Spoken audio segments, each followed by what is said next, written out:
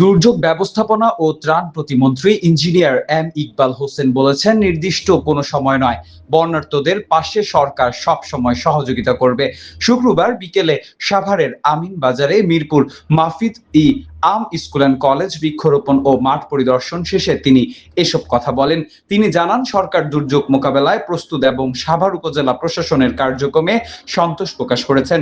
এ সময় সাভার উপজেলা নির্বাহী কর্মকর্তা সাইফুল ইসলাম, উপজেলা প্রকল্প বাস্তবায়ন কর্মকর্তা ফাইজুল ইসলাম, ব্যারিস্টার ইরফান ইবনে আমান এবং ভারপ্রাপ্ত অধ্যক্ষ শওকত ওসমান উপস্থিত ছিলেন।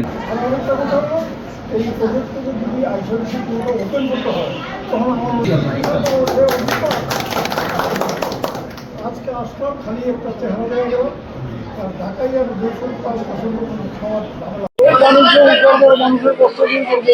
এরকম স্পেসিফিক কোনো কিছু নাই যে বন্যা আসলে আমরা এটা করবো।